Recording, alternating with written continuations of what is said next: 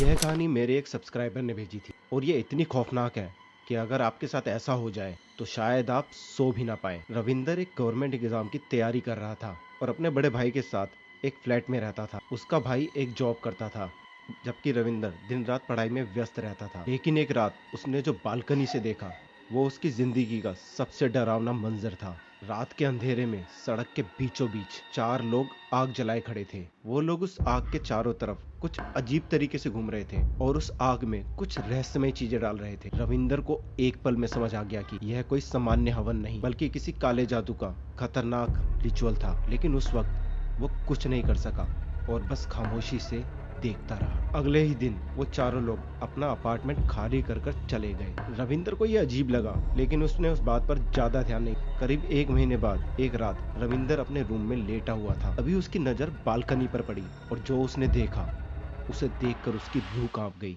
Balcony में कोई परछाई सी हिल रही थी जैसे कोई शख्स वहां खड़ा हो। लेकिन सबसे खतरनाक बात यह थी कि वह रूम में बिल्कुल अकेला था। रविंदर पूरी तरह डर चुका था लेकिन किसी तरह उसने अपने आप को समझाया कि शायद ये उसका वहम है। लेकिन ये भ्रम नहीं था। अगले ही दिन उसने ये बात जब अपने बड़े भाई को बताई तो भाई ने एक चौंकाने वाली बात कही। करीब एक हफ्ते पहले मैंने भी इस बालकनी में एक परछाई देखी थी। मुझे लगा कि ये मेरा वहम होगा इसीलिए मैंने इसे नजरअंदाज कर दिया। अब रविंदर का डर और भी ज्यादा बढ़ चुका था। लेकिन असली झटका उसे तब लगा।